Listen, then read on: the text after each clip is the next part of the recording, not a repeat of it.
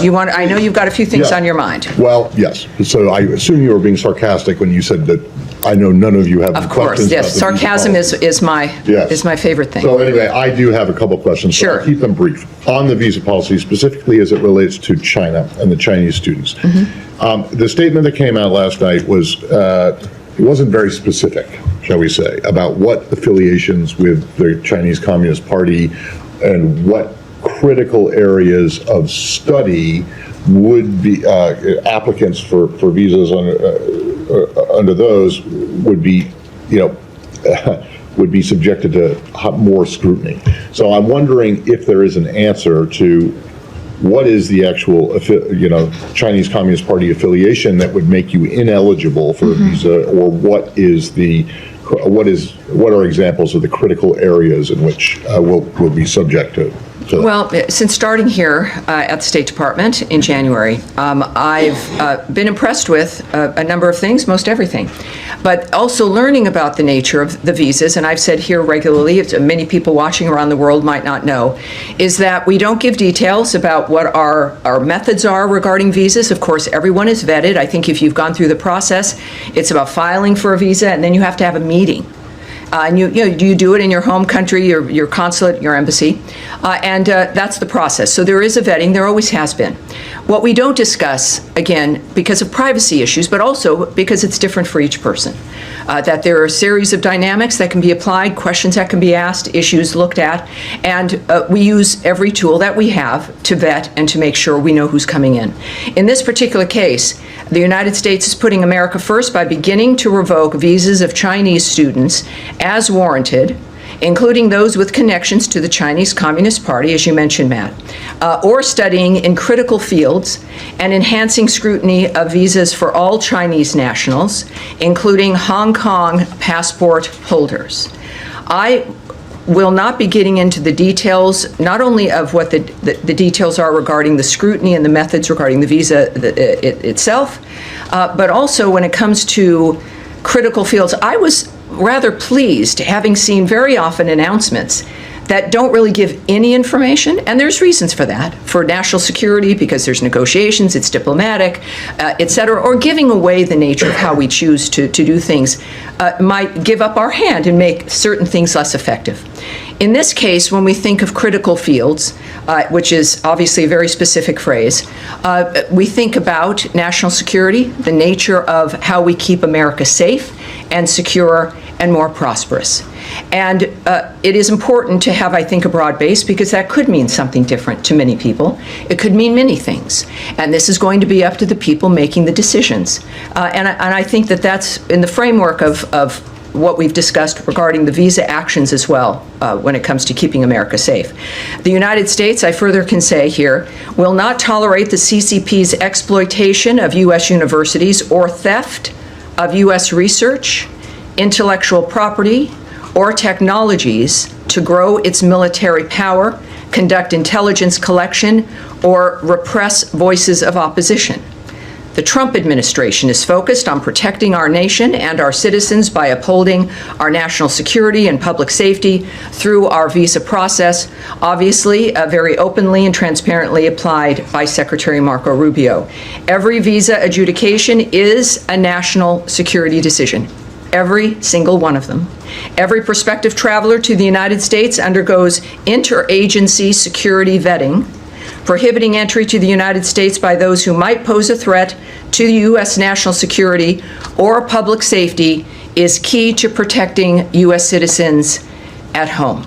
So we've experienced this through these last several weeks. It is something that is at the heart and really at the front line of protecting the country.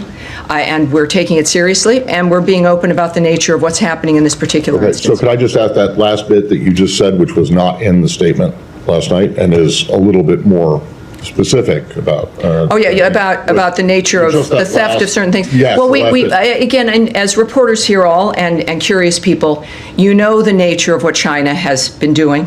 with technology, right, stealing information, intellectual property, U.S. research, copyrights, et cetera.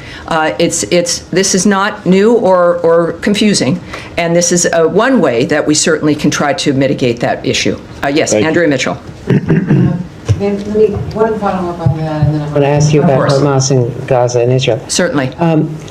Is there any reevaluation of TikTok and its vulnerabilities as was defined by the previous administration as dangerous for national security reasons? Does the White House, does the administration have any reevaluation of TikTok in this context as you're cracking down on Chinese I would say you'd intelligence have to send that question, ask that of the White House. What we do know, though, of course, is that we're serious about Chinese intervention here, if you will, and the nature of what's driving, of course, this new visa vetting dynamic.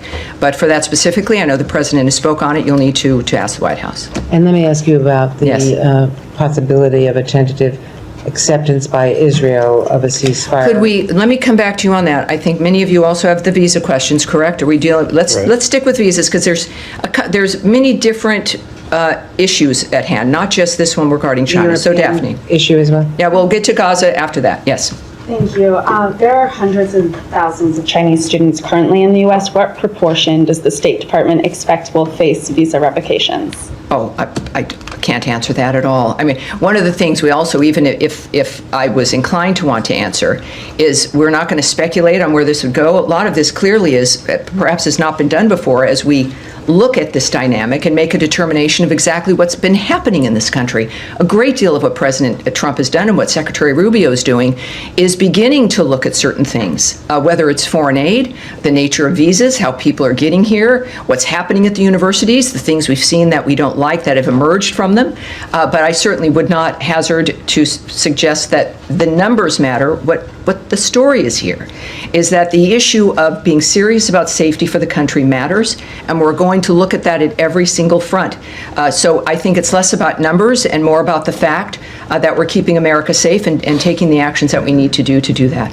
At the tail end of Trump's first administration, the U.S. revoked visas for more than 1,000 Chinese students and researchers that were deemed security risks. Should we expect the actions that Secretary Rubio announced yesterday to exceed those first-term measures? You love the numbers. She loves the numbers. Daphne from Reuters. How many originally did you say Chinese students were here? Hundreds of thousands. Hundreds of thousands. And so you've provided a number of about 1,000.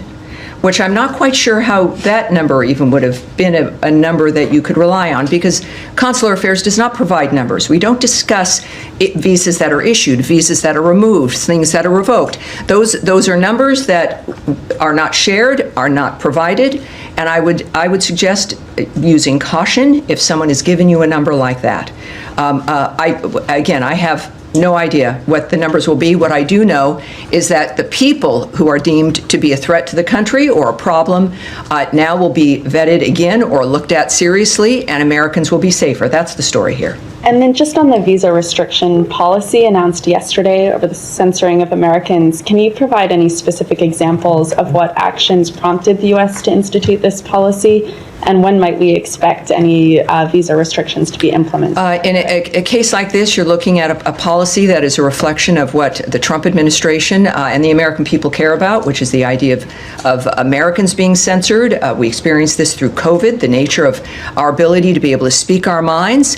And while I won't give you, or can give you, or would give you specifics about how this particular restriction would be approached, which is not done in a blanket way, right? That there's individuals who are flagged or who are seen as being a participant in some aspect of the censorship of Americans.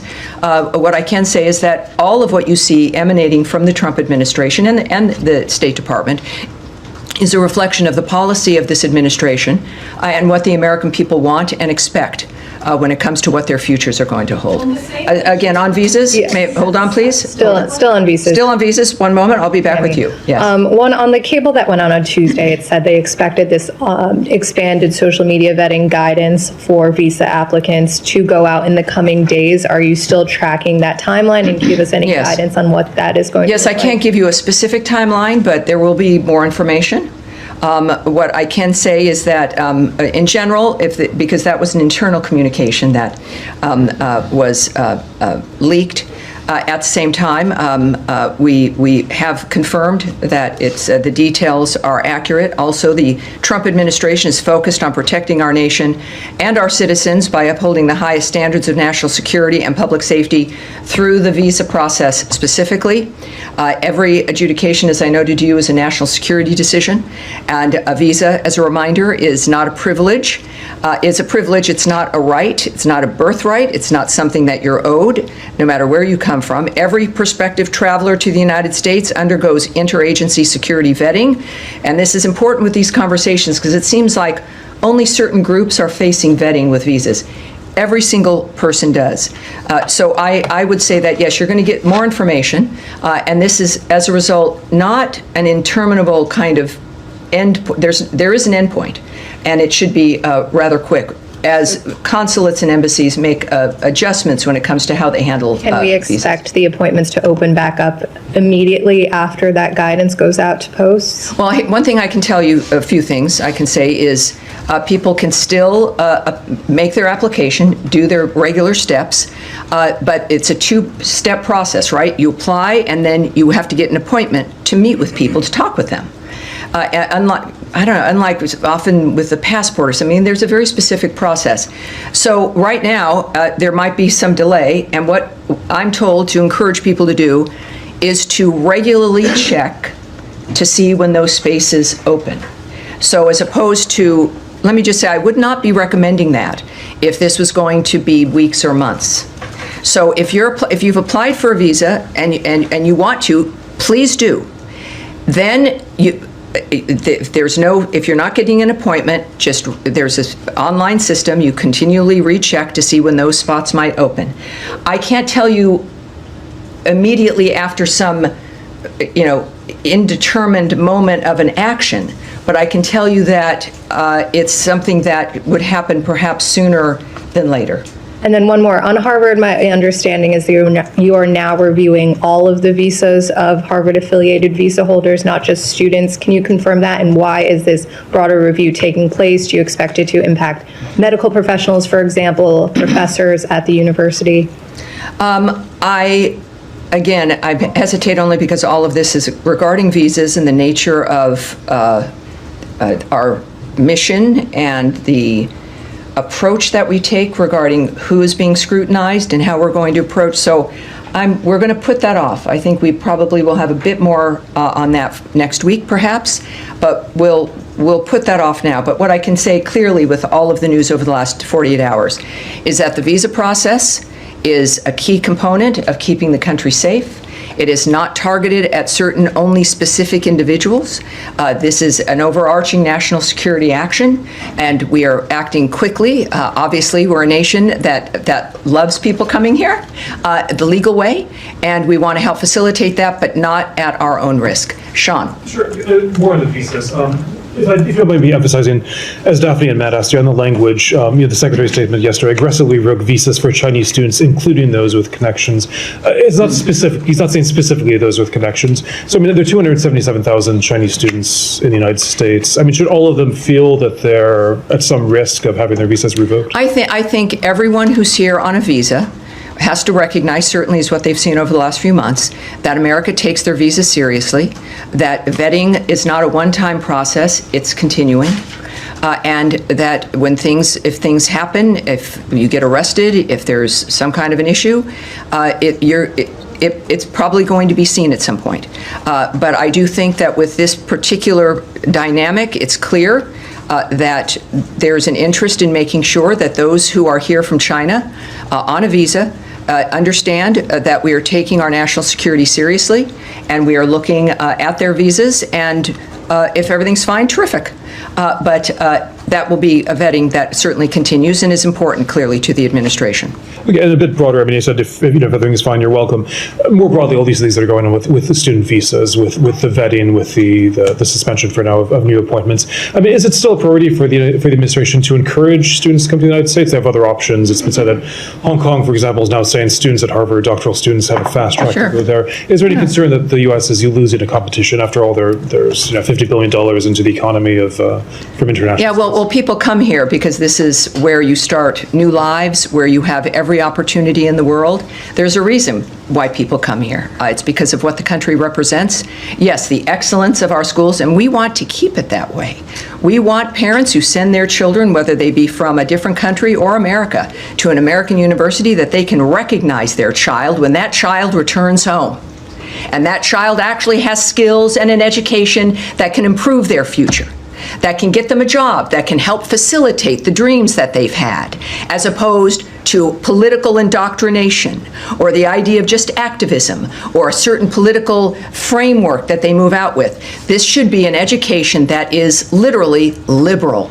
The idea that you learn things that help facilitate your life no matter where you come from, who you are, if you're a Jew or a non-believer or an atheist or black or white or a woman. We've been through this in this country for the last 2 to 3 generations still, and our focus is making sure that everyone who does want to send their child to a school in this country can do so knowing that they're going to be safe, they're going to be able to get into a building and not held hostage in a library because it's been occupied, or that they're going to be able to actually learn things that you're paying that kind of money for. So yes, it not only should encourage more people, for those who are already here, it's certainly an important dynamic for believing and understanding that your child's going to be safe and that you're going to get something that you've paid for, more than a social activist who lives in your basement.